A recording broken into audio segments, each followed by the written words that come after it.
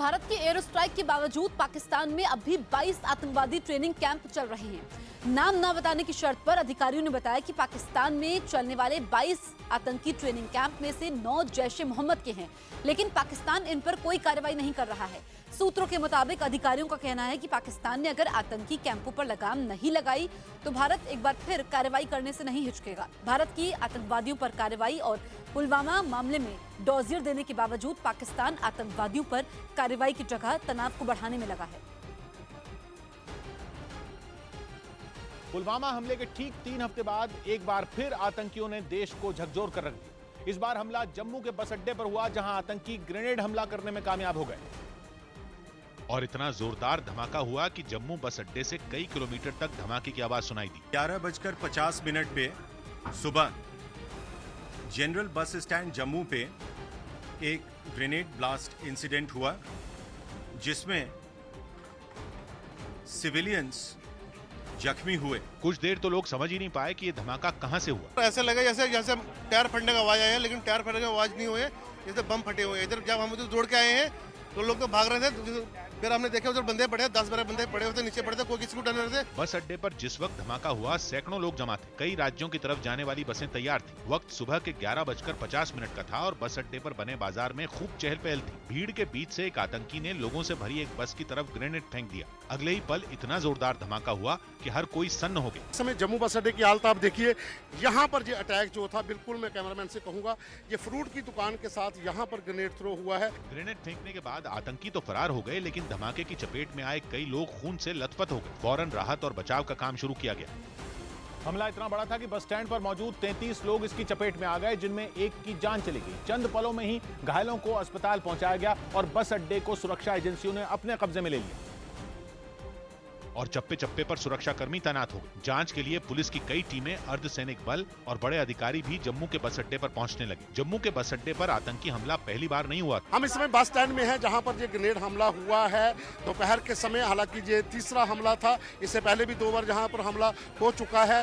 पूरे bus stand की अगर हम बात करें तो लोगों में काफी दहशत का माहौल बन चुका था जिस समय ये हमला हुआ। और अभी अगर हम बात करें बस स्टैंड पे, तो सुरक्षा बलों ने पूरे इलाके को अपने कब्जे में तो ले लिया है। लेकिन पुलवामा हमले के बाद पहले से भड़के हुए लोग एक बार फिर गुस्से से लाल हो गए। पाकिस्तान को ये नाज नहीं आ रहा है। कश्मीर की हालत इन्होंने बदतर कर दी है और जम्मू के अंदर भी करना चाहते हैं, मगर जम्मू की जनता ऐसा करने नहीं देगी। सर्जिकल स्ट्राइक, एयर स्ट्राइक, उससे भी खतरनाक एक्शन होना चाहिए सर इनके खिलाफ। और हमारे जम्मू को पता लगना चाहिए कि जम्मू क्या चीज है। और जम्मू एक होके जब चलेगा तो ये कुछ नहीं कर पाएगा। पाकिस्तान बिल्कुल खत्म होने वाले कंडीशन पे चला गया है इस वक्त। हमले के फौरन बाद अस्पताल को अलर्ट कर दिया गया था। घायलों को अस्पताल पहुंचाया जाने लगा। किसी के हाथ की हड्डी टूटी थी, किसी के पैर पर चोट लगी थी, किसी का चेहरा धमाके की चपेट में आया था। घायलों के कपड़े खून से सने थे। किसी को परेशान दोस्त और रिश्तेदार घेरे हुए थे, तो कोई अकेला ही जख्मों से लड़ रहा था। हर तरफ चीख पुकार सुनाई दे रही थी। लेकिन डॉक्टर हालात से निपटने के लिए पूरी तरह से मुस्तैद थे। दूसरी तरफ जम्मू के बस अड्डे पर डर और अफरा तफरी का माहौल बना रहा।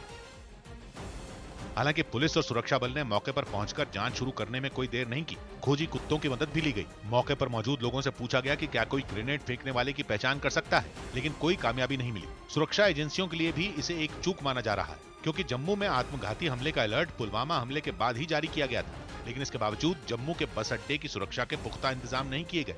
यहाँ तक कि सीसीटीवी कैमरे तक दुरुस्त नहीं किए गए।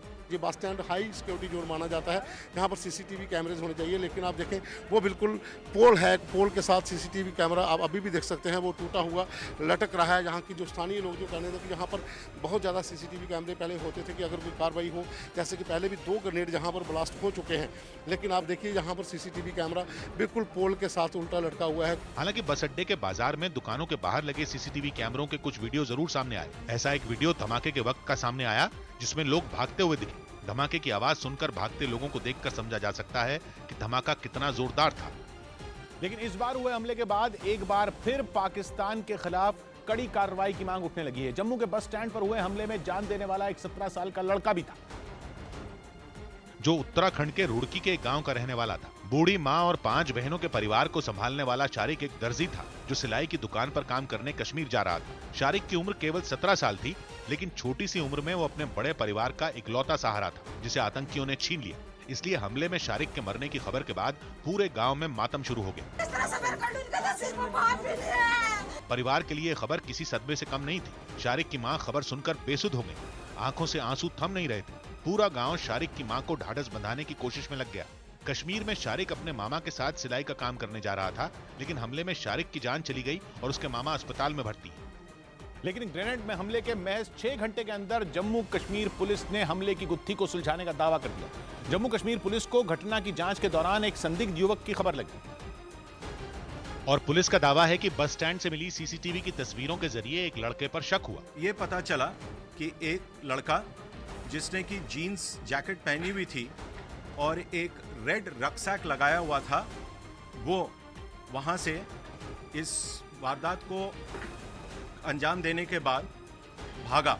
पुलिस ने फौरन जम्मू से बाहर जाने की कोशिश कर रहे लोगों पर नजर रखनी शुरू कर दी। अलर्ट पर काम करते हुए पुलिस की एक टीम ने एक लड़के को गिरफ्तार कर लिया। शुरुआती पूछताछ में यासिर नाम के लड़के ने अपना जुर्म कबूल भी कर लिया और ये भी मान लिया कि उसने ये हमला हिजबुल मुजाहिदीन के इशारे पर किया था। अपने जुर्म को कबूल किया और इसने ये भी बताया कि इसको इस काम को सरंजाम देने के लिए फारूक अहमद भट्ट एलियस उमर, जो कि डिस्ट्रिक्ट कुलगाम का एचएम कमांडर है, उसने टास्क किया था। हिज्ब के जिस कमांडर का नाम शुरुआती पूछताछ में यासिर ने लिया, उसकी तलाश जम्मू कश्मीर में सुरक्षा बल को लंबे वक्त से है। लेकिन ये हमला भारत और पाकिस्तान के बीच टकराव बढ़ने की नई वजह बन सकता है, क्योंकि पिछले कुछ दिनों से भारत और पाकिस्तान के बीच तनाव कम होने के संकेत मिल रहे थे और दोनों देशों की सरहद पर ट्रेन और बसों के साथ साथ कारोबार भी गुरुवार सुबह ही शुरू हुआ था। लेकिन पाकिस्तान के इशारे पर देश को दहलाने वाली आतंकियों की टोली ने एक बार फिर कायराना हमले को अंजाम दे दिया। सबसे अहम बात यह है कि इस बार भी आतंकी हमले के पीछे ऐसा ही संगठन है जिसकी जड़ें पाकिस्तान से जुड़ी हैं। हिजबुल मुजाहिदीन का हेडक्वार्टर पाकिस्तान के कब्जे वाले कश्मीर के मुजफ्फराबाद में है। इस आतंकी संगठन का मुखिया सैयद सलाहुद्दीन है, जो रैलियों में खुलेआम भारत के खिलाफ जहर उगलता है। हिज्ब के आतंकी ISI और पाकिस्तानी सेना की मदद से जम्मू कश्मीर में आतंकी हमलों को अंजाम देते हैं और पाकिस्तान अपने इन आतंकियों को पालने से बाज नहीं आता। भारत के दबाव की वजह से फिलहाल पाकिस्तान दुनिया की आंखों में धूल झोंकने की कोशिश कर रहा है। अंतर्राष्ट्रीय पाबंदियों से बचने के लिए आतंकी संगठनों पर कार्रवाई का दावा कर रहा है। पाकिस्तानी मीडिया आतंकी संगठनों के दफ्तरों पर छापेमारी की खबरें फैला रहा है। पाकिस्तान ये दिखाने की कोशिश कर रहा है कि उसकी सरकार आतंकियों की धरपकड़ में लगी, लेकिन उसकी इन कोशिशों की पोल जम्मू के बस अड्डे पर हुए हमले ने एक बार फिर खोल दी। अहम बात यह भी है कि इस बार जम्मू कश्मीर में आतंकियों ने सुरक्षा बल को निशाना नहीं बनाया, बल्कि जम्मू में हुआ हमला बेकसूर आम लोगों को मारने के लिए किया गया था, जिसका मकसद कश्मीर के बाद जम्मू में भी माहौल को बिगाड़ना माना जा रहा है। इस कायराना हमले में आतंकियों ने निशाना बनाकर बस अड्डे के सबसे ज्यादा भीड़ भाड़ वाले हिस्से में ग्रेनेड फेंका। हमले में उत्तराखंड के रहने वाले शारिक की जान गई। इसके अलावा 32 लोग घायल हो गए। घायलों में 21 लोग जम्मू कश्मीर के ही हैं, जबकि 9 लोग बाकी राज्यों के हैं और 2 लोगों की पहचान तक नहीं हो पाई। जम्मू के इसी बस अड्डे पर पिछले साल 24 मई और 28 दिसंबर को भी ग्रेनेड फेंककर हमला किया गया था। हालांकि पिछले साल हुए हमलों में 2 लोग घायल हुए थे और आतंकी कोई बड़ा नुकसान नहीं कर पाए थे। लेकिन इस बार आतंकियों की यह कोशिश कामयाब हुई और आतंकी इस हमले से जम्मू को दहलाने में कामयाब हो गए। जम्मू कश्मीर के बाकी हिस्सों से जम्मू कई मायनों में अलग है। जहां आमतौर पर आतंकी घटनाएं कम ही होती हैं, मंदिरों के शहर जम्मू को शांत इलाका माना जाता है, लेकिन जम्मू में ऐसे हमले का साफ मतलब यह है कि आतंकी पूरे जम्मू कश्मीर का माहौल बिगाड़ना चाहते हैं। इसीलिए एक बार फिर आतंकियों पर कड़ी कार्रवाई की मांग उठ रही है। दुनिया के सामने शांति का पैगाम देने वाला पाकिस्तान अपनी आदत से बाज नहीं आ रहा। अंतर्राष्ट्रीय दबाव की वजह से पाकिस्तान दुनिया के सामने आतंक पर एक्शन की नौटंकी कर रहा है, लेकिन आतंकियों पर आंच तक नहीं आ रही। पाकिस्तान में आतंकियों के नाम केवल हाफिज सईद और मसूद अजहर नहीं है, बल्कि आतंकियों की फौज पाकिस्तान में सेना के बराबर ही है, जिसका इस्तेमाल केवल हिंदुस्तान के खिलाफ किया जाता है। यही वजह है कि पाकिस्तान का इलाज केवल एक सर्जिकल स्ट्राइक या एयर स्ट्राइक से नहीं होगा, बल्कि पाकिस्तान को लगातार पक्के इलाज की जरूरत है। पूर्वी दिल्ली के मधु विहार में एक लड़का 3 बदमाशों से भिड़ गया। तीनों बदमाश लड़के से लूटपाट करने की कोशिश कर रहे थे, लेकिन उसने हिम्मत दिखाई और अकेले ही बदमाशों से भिड़ गया, जिसके बाद तीनों बदमाशों ने लड़के पर चाकू से हमला बोला और फिर फरार हो गए। दरअसल राहुल नाम का लड़का तड़के 4 बजे होटल से घर लौट रहा था और जैसे ही वो अपनी कार पार्क करके घर जाने लगा, बदमाशों ने घेरा और फिर उसका मोबाइल और बैग छीनने लगे। इसी बीच राहुल ने भी हार नहीं मानी और बदमाशों के मंसूबों पर पानी फेर दिया।